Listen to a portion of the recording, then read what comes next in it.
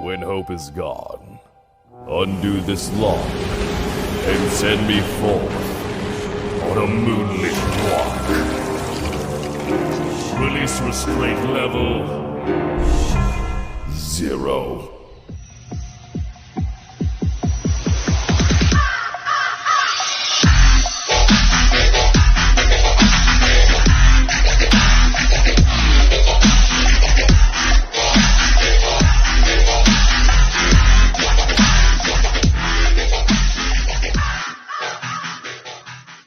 Hey kids, wanna see a dead body?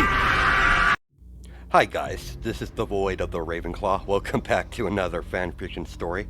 If you like this type of content, smash the like button and subscribe for future updates that I post on my community tab frequently. Now let's continue where we last left off in our story. Yuri teleported into Scarlet's personal library as Scarlet closed her book when her eyes gazed upon Dusk. As she shut the book and began to check over her fiancé. How did this happen? Who did this? Scarlet picked up Dusk. Follow me, Yuri. I have questions. Yes, Lady Scarlet. Scarlet and Yuri went to the lower levels of the palace to walk into a large pool area filled with lava. As she slowly placed Deku in the body of lava. The lava will help his recovery. Don't worry, Yuri. He's fine. What injuries he does have, the lava will slowly help his recovery. Now explain. Yes, ma'am. At first the mission was going according to plan. We found our first demons that escaped from purgatory. When we got to the location, a group of exorcists got there before us and apparently engaged the demon. I had Dusk use Shadow Walk to do some recon inside the building.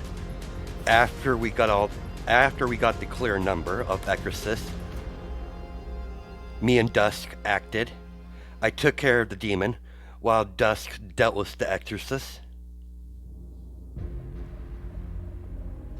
Yuri was thankful that Scarlet hasn't interrupted her. What I could gather, no fight broke out between Dusk and the exorcist. They seemed to be outright friendly with each other.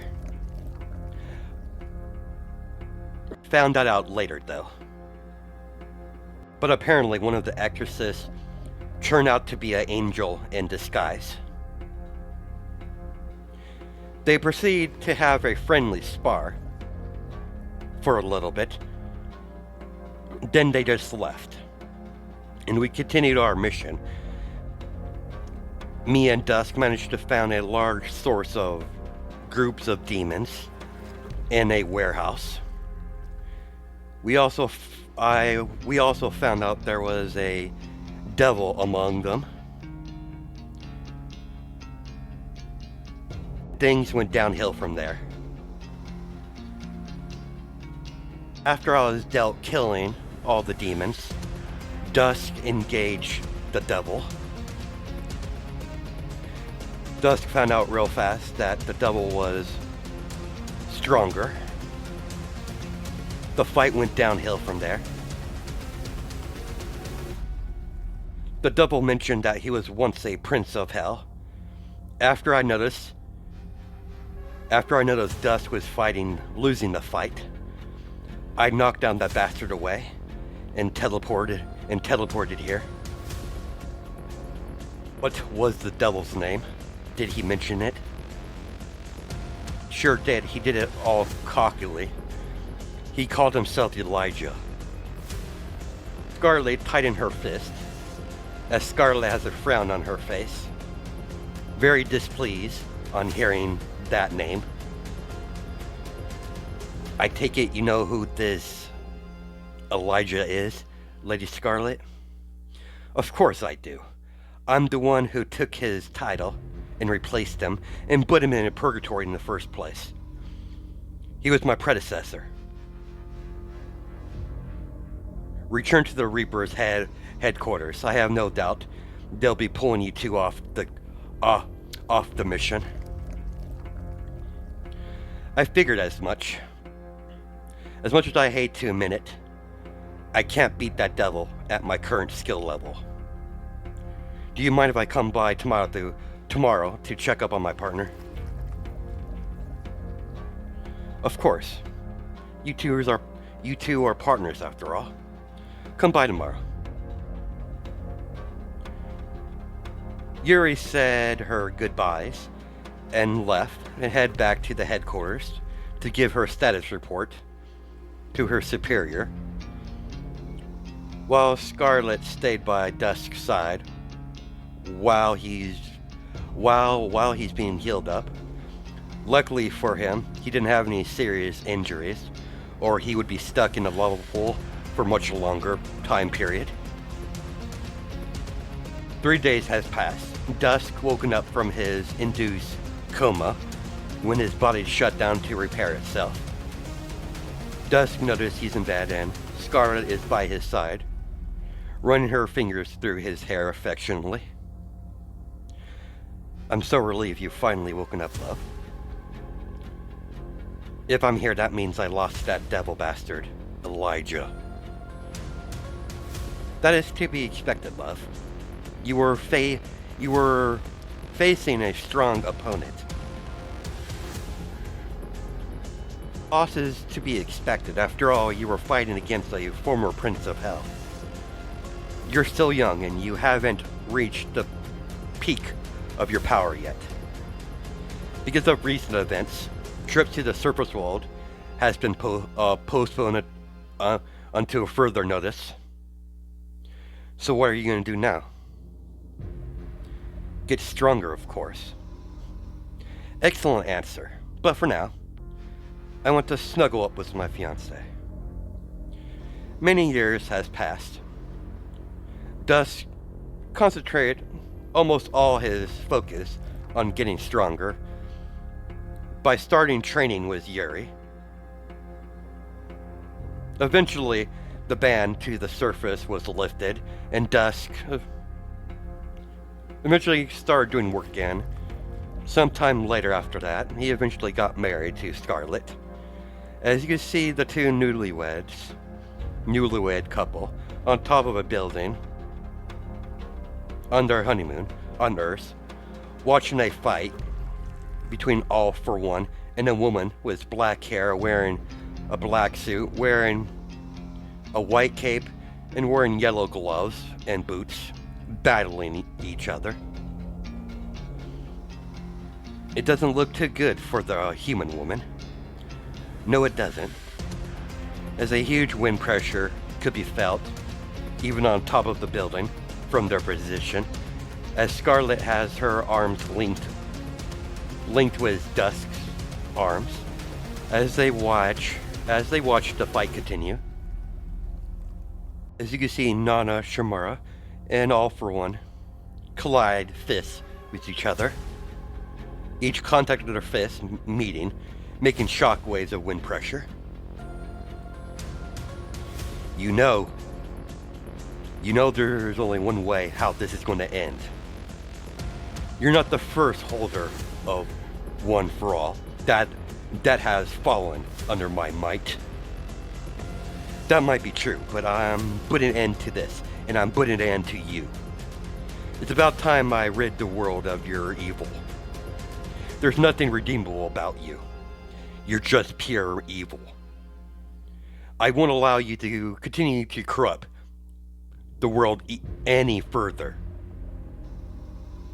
Despite your flattering words, you're gonna die here. Nana, Shimura. As All For One rush towards the hero. The hero did the same. As the two titans begin to clash with each other once again, making wind pressure all around, shattering windows to many of the buildings and parked cars. As their battle commenced, the battle continued, damaging all the nearby buildings. At the end of the battle, Nana Shimura was defeated. All for One ripped out her float cork. All for One was extremely furious when he found out she no longer held All for One. She only has embers of the cork remaining in her body. All for One landed a finishing blow after he ripped out her cork, ultimately killing the female hero, and proceeded to walk through a black portal. When All Might got to the scene, his master was already dead. Only seeing glimpses of All for One walking into the portal. Before he could get to him and throw a smash, he was already gone,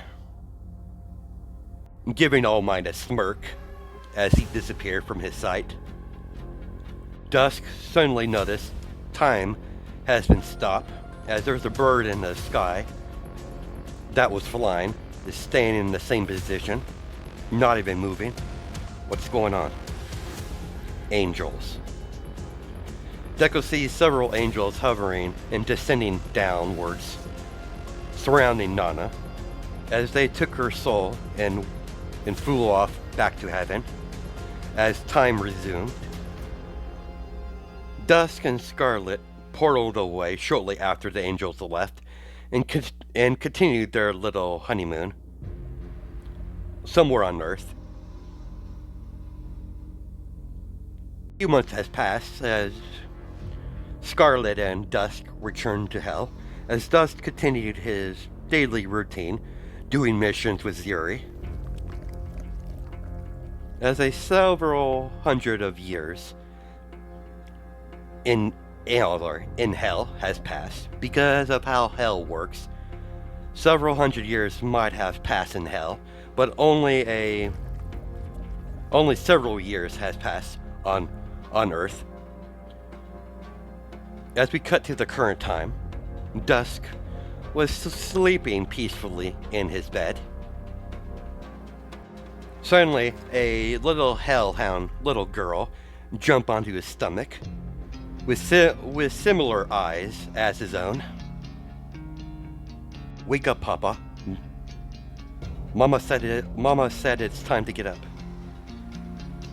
She has a bright smile on her face. Dusk grabbed his youngest daughter in a bear hug, only to get giggles from his daughter, from his affection. All right, princess, I'm up. Where is your sister? With Mom, as always. Dusk picked up his daughter, Luna, and placed her on the ground as he walked into the changing room and went inside. He got dressed. About time he got dressed and left the chambers with his daughter. Dusk took his daughter's hand and left the room of the chambers to go to the study. A few minutes later, they entered the study to see the eldest daughter greet him with a bright good smile and a good morning. Good morning. Good morning, Papa. Good morning, Jade, dear. As you can notice, Luna takes more after Dusk than Jade. Jade does have fangs from that that she got from her father, but outside of that, most of her features she got from her mother. As you can notice, I already said that. As you notice, Luna is a hellhound, and Jade is a devil. Like I said, she takes more after her mother than her father. When it comes to outward appearance, why don't you girls run off and play? Yes, Mom. As both girls said in sequence, and calmly exit the study, while the girls were holding hands with each other, leaving the room. Scarlet wrapped her arms around her husband's waist and gave him a loving kiss on the lips. We need to talk. We need to talk, my dear husband. I hope it's nothing bad. It's nothing like that, dear.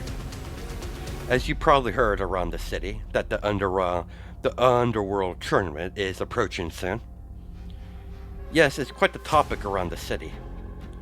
I know the gist of what this tournament entails. I got from the Archangel.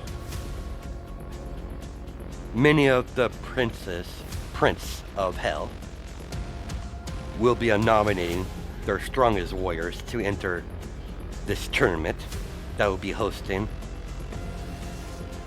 in Hell, to see who will be entering the Underworld tournament.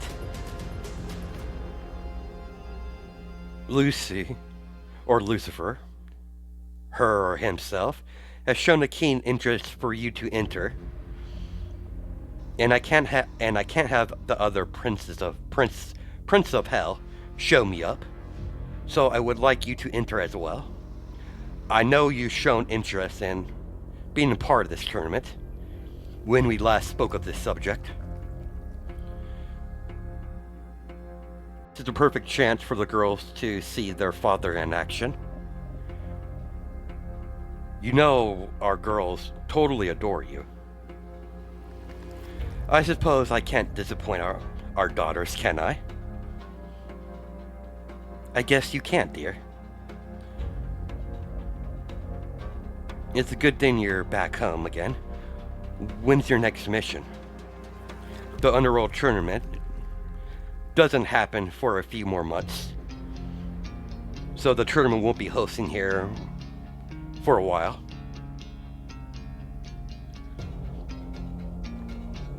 I'm home for a couple of days, unless something urgent comes up. There's probably plenty of missions that needs to be done, but I'll leave that up to Yuri to pick our mission.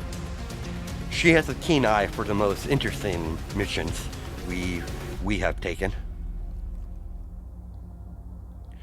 A small magic circle appeared over Scarlet's ear. A few minutes later, the small magic circle disappeared. I have to go to a meeting, dear. I shall be back later tonight.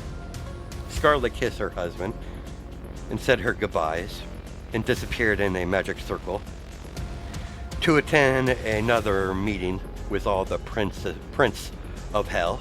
Council meeting, basically what it is. Dusk left the study when his wife portaled away to attend her meeting. Dusk noticed his eldest daughter practicing infusing her hellfire with magic. Damn it, another failure. I see you're hard at work, Princess. Hey, Dad. Yeah, I just can't get it. It's so frustrating. I'm a bit jealous that Luna is able to do it without no effort, and she's not even interested in magic. Not saying Sister's not talented. She knows a few spells, but I've dedicated everything to my craft, and I can't even infuse my hellfire with my own magic. Don't you try again, I'll give you a few pointers. Your father's not too shabby when it comes to infusing magic with hellfire. Thanks, Papa. No problem, Princess. Dusk uses magic sense while Jade is trying to channel her magic and trying to infuse it with her hellfire, only for a little spark to appear in the palm of her hand as Jade frowns at the progress. What am I doing wrong, Papa? Well, Princess, I noticed you weren't channeling your magic correctly. That's why you're not succeeding in your training. Hop down, dear. And sit down in Indian style. I'll instruct you the proper way to channel your magic. But don't be too hard on yourself. The fact that you came this far on your own without a magic teacher? Proves how skilled you are. I asked that, Papa. Why haven't I had a magic teacher yet? Me and your mother agreed upon allowing you and your sister, to learn on your own. We have plenty of magical material scattered all around the library. We don't want to stunt your growth by having you concentrate on one subject when it comes to magic. Usually someone who's mastered magic only focus on one type of magic. That will box you in. Now, if you want to focus on a certain type of magic, that's entirely up to you, dear. Magic has many uses. I understand, Papa. Makes sense. Now close your eyes and feel the flow of magic inside you. Once you feel it, grab hold onto your magic. But don't force it. Guide it. Guide it out. You have to be calm and focus. Dusk noticed his daughter's magic aura is circling around her like a whirlpool. The magic stopped as Jade is beginning to breathe heavy. As a book appeared in Dusk's hands that contains many training exercises for channeling magic, as he hands over the book over to his daughter. What's this, Dad? It's a beginner book for channeling your magic. There's several magic exercises in this magic tome. Jade leaped forward towards her father and gave him a big hug. Thank you, Dad. No problem, Princess. As he ruffled her hair. I'll let you get back to it. Find me if you have any questions or any advice. Your dad is not a newbie when it comes to magic. Dusk got up when Jade released him from her hug and walked off as Jade concentrated her focus on the book that is filled with all kinds of information on different types of exercises to channel her magic. Dusk is walking through the small forest area that's inside the palace boundaries of the palace. While he's walking calmly, while there's red eyes are glowing on the treetops, slowly stalking Dusk. Dusk noticed someone from the rooftops, from the treetops. When he turned around, something fast came towards him and knocked him on his butt to see his daughter in his arms. Got you, Papa. You did, little princess. You're getting better. I almost didn't even sense you there. I believe you deserve a reward. What kind of reward, Papa? Favorite. Ice cream. As Luna says that happily. He noted a big smile on his daughter's face. As his daughter grabbed him by the hand and dragged him out of the small forest. No reason to rush, Princess. As they approached Jade, reading the book that Dusk gave her. We're going out for some ice cream. You want to come along, Princess? Sounds fun, Dad. As she got up and closed the book, as she ran to her room to put the book back in her bookshelf that's in her room. A couple seconds later, she came back. All right, Dad, I'm ready. As both girls grabbed hold of Dusk's hands, as they portaled away, they reappeared in the streets of one of the biggest cities in this level of hell that his wife rules. As they walked into an ice cream parlor, as both girls rushed over to the counter to pick their ice cream. Yuri saw Dusk, so she followed him into the ice cream parlor. I see you're taking your lovely daughters out for a bit of ice cream. Figured they deserve a treat after all the hard work they've been doing. Still amazed me. I never really pictured you to be the fatherly type. The fatherly type. They're Yuri. They're my family. Their happiness is my main priority. What brings you here, into the ice cream parlor of all things? Saw you walking down the street, and I saw you. So I decided to say hi. And this is the perfect chance to catch up with you. We have a mission, but don't worry, it's not going to happen until a couple days. Enjoy your time with my adorable nieces. Not going to say hello to the girls? Would love to, Dusk, but unfortunately, I can't. I would love to spend the rest of my day with my adorable nieces, but I'm on the clock. I'll see you in a couple days. I'm still on a mission from the headquarters. As she walked out of the ice cream parlor, waving goodbye, Dusk walked up to his girls, seeing Yuri leave, and to see what type of ice cream they want, or what type of flavor.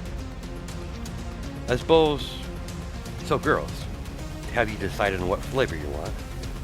I suppose girls nod at the same time, as they pick their same flavor that they always pick. Frozen lava. Can I get 2 frozen lava, please? As father and daughters eat their ice cream, surprisingly, frozen lava has no lava in it.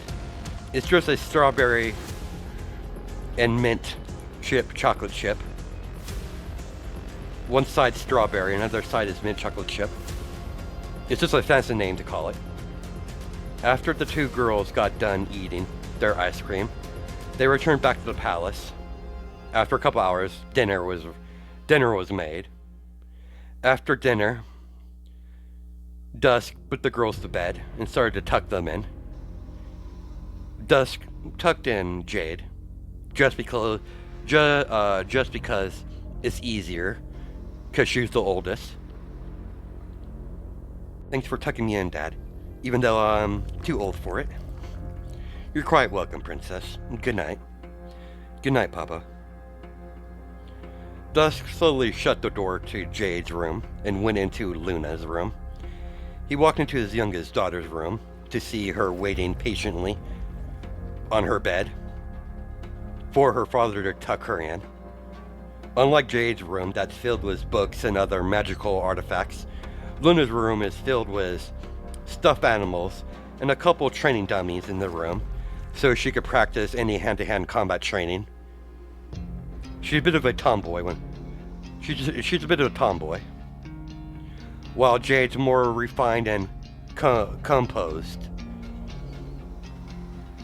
And Luna has a crazy amount of strength for a hellhound of her age. Dusk began to tuck Luna in her bed as she looked at her father's pleading eyes. Can you read me a bedtime story, please? In her best puppy eye look. Sweat drop. You definitely get that from your mother. Very well. Just put your puppy eye look away. As Dusk picked up a book from the bookshelf and placed a chair right next to Luna's bed and began reading her bedtime story. When Dusk noticed Luna is fast asleep, he gave her a gentle kiss on the forehead and walked out of the room quietly and slowly closed the door. When he got back to his chambers, he saw his wife portal in by magic circle. Scarlet immediately embraced Dusk in a hug when she noticed him enter the room, or was already in the room. I take it didn't go well. No, it went well. It went well, dear. It was just exhausting when you're dealing with the other Prince of Hells. Are the girls in bed already? I just got done tucking them in and reading Luna a bedtime story. As Scarlet dragged Dusk onto the bed, as she snuggled up to him, Dusk noticed. It didn't take long for Dusk to notice. A couple seconds later, Scarlet was instantly fast asleep. The next 5 days, Dusk spent some quality time with his wife and his 2 daughters until he had to leave for his mission. As you can see, Dusk kiss his wife goodbye as the whole family is standing in front of the gate of the palace while Yuri is waiting to the side for Dusk to say goodbye to his family. Papa, be careful. I know what you do is not very safe. I appreciate it. I appreciated your worrying about me, Princess. When are you going to come home, Papa? As Luna asked nervously, a bit scared that her papa is leaving. Dusk could tell his girls really don't want him to leave, especially Luna. His youngest daughter has never liked being away from his side. Always been attached to him ever since her birth. Jade's a bit more independent and composed, but nevertheless, he could still see the expression on her face that she doesn't like the fact that he's leaving so soon. I'll be back. I'll be home as soon as I can, girls. Now give your old man a hug. Both his daughters did so, give Dusk a hug the moment they separated. Dusk portaled away with Yuri on Earth. So what's our mission this time, partner? That's the thing, Dusk. I don't entirely know. The mission details, I don't even know the mission details. Every time I asked, they said I'll find out when I get there. All I know is that the Yokai request our services. Yokai, you say? Things are definitely becoming a lot more interesting. Follow me. I know where the place is. We're not too far away. It's a couple miles outside of the nearest city boundaries. Just be mindful of your manners. What kind of yokai requested our skills anyways? Kitsunes. The Kitsunes are not the only clan of yokai. They're just the largest. After several hours of running on foot, they stood in front of a large stone steps that lead up pretty high up. As they passed through the threshold, Dusk immediately noticed a dimensional shift. I see you notice it as well. The changes you are feeling is correct. We're now in a pocket dimension. The yokai lives and they have a city in this dimension. Only reason why you pass through the seals is because we're expected. So if anyone else or some random mere human pass through here, they will only see an old shrine at the top of the stairs. Once they got to the top of the stairs, Dusk was surprised to see a full-fledged city with all different type of yokais and a few other different supernatural species, like a couple of witches at some sort of shopping with their family. They walked through the yokai city, eventually getting to the middle of the huge city. To see a large palace or shrine, Dusk can't really tell. They were stopped by two kitsune guards guarding the front entryway of the palace. I'm Yuri, and this is Dusk, Bloodwood. We are expected by your leader. The two female guards nod, and they allow Dusk and Yuri to enter. One of the guards led the two through the palace to the audience chambers. When they got there to the audience chambers, Yuri and Dusk could see a very attractive white-haired woman with golden eyes, with fox ears and many fox tails. As the kitsunes got up when she noticed her guest has arrived, as she greeted them with a warm smile. Welcome. I hope your trip to my city in my pocket dimension was peaceful. It was, my lady. Please, sit down and I'll have some tea. Made for us. It's not very often we have a Reaper and a Hellhound in our territory. Please sit down and drink as much tea as you would like. It's not very often we have a Reaper and Bloodhound in our territory. Where's my manners? I'm Inca. May I have the pleasure of your names? It's Lady Inca. I'm Yuri. And you are? Young man? I'm Dusk. I am Dusk Bloodhound. It's a pleasure. Please sit, drink. As Inca very skilledly and with grace poured tea in teacups for her guests, as they quietly sip on their tea.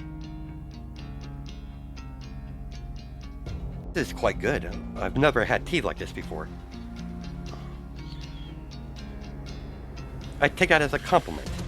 We grow special herbs that only can be grown here. Shall we get down to business, shall we? I'm curious what sort of mission you want us to do for you. I agree with my partner. I'm also curious. It's very unusual to get a mission like this for another faction. I do apologize ahead of time. We yokai tend to do things a different way than you do in Hell. The reason why we requested a task for a Reaper and a Bloodhound to partake. You're the most adequate for this. There's a large group of Oni that have lost themselves in corruption and became berserkers. I request to put them out of their misery. I see, but why? Why are you involving outsiders? Don't you have your own strong warriors? I felt many of the yokai are quite powerful, scattered all around the city. People indeed are strong, but we don't have anyone strong enough to take down a whole group of berserkers. And the fact that they're corrupted. I won't take any chance of any of my citizens to get corrupted. That's why I haven't sent any of my people to hunt down these Oni. It's too dangerous. I can't risk a full spread of corruption taking over the citizens. Unlike devils and hellhounds of your species, you are not affected by yokai corruption, but other yokai don't have that luxury. As heartless as it is, they need to be cleansed. And Dusk gave each other a look and nod at each other. We'll take it, Lady Inca. What needs to be done? Sir, when do you need this to be done? Possible. Thank you. As she placed a small map on the table and opened up to point into the two locations, the Onis are located there and here. They might be just they might just be berserkers now, but they stick to this area. Onis are original territorial, regardless if they're sickened with corruption and went berserk. They act the same. You have I take you have more Onis in your city than the ones that you mentioned that went berserk? Yes, I've already talked to them.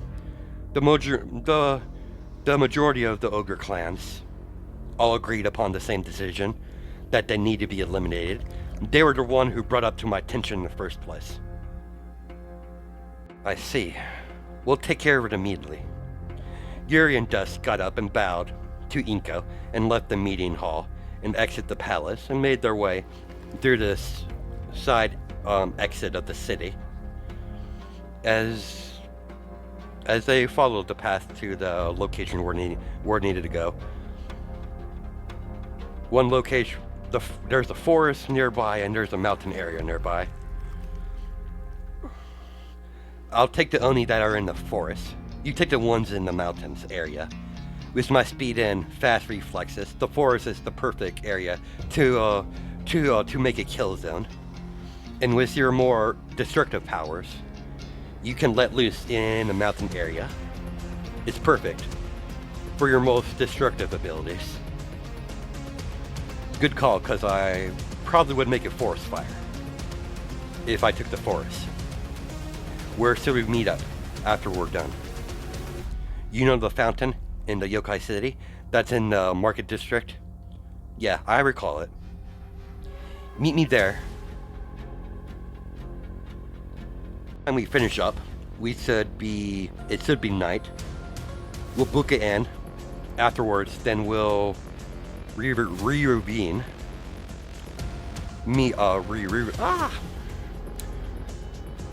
We'll return to Lady Inca and inform him of the mission has been completed.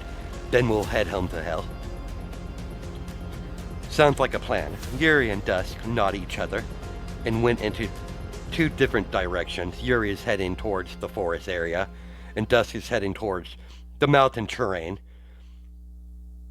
Dusk was quite impressed by the mere size of this pocket dimension, and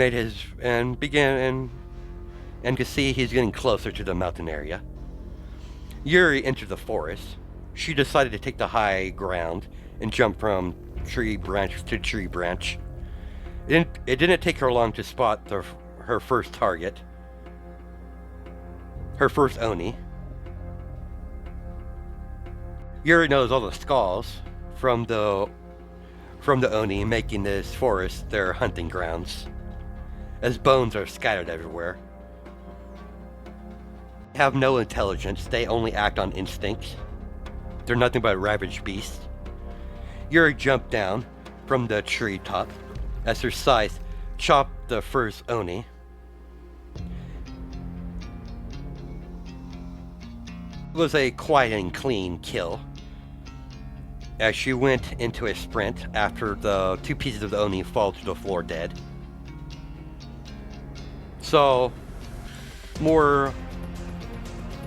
saw more of her target up ahead, as Yuri begins to dodge and weave around the trees while moving in a fast pace, while holding on to her scythe.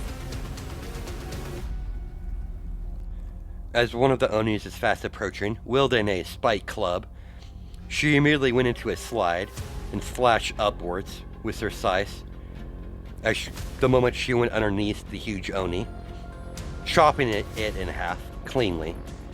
As she noticed danger, as she was forced to dodge to the left to see another spike club that was being swung her way, by missing her by mere inches away from her face. But the tree behind her wasn't so lucky, The moment the spike club made contact with the tree, the tree was obliterated instantly by the superior strength of the Oni. As another Oni appeared right behind Yuri,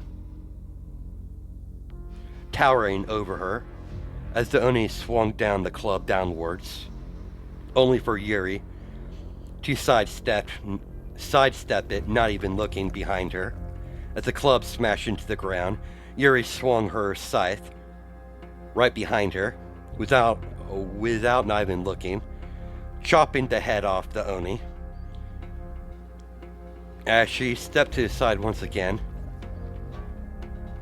as the falling Oni, dead, dropped to the ground from behind her, as she focused her attention to the Oni in front of her. Yuri kicked the severed head of the Oni that she just killed towards the only Onis that are visible. Yuri could tell there's several life signs deeper into the forest.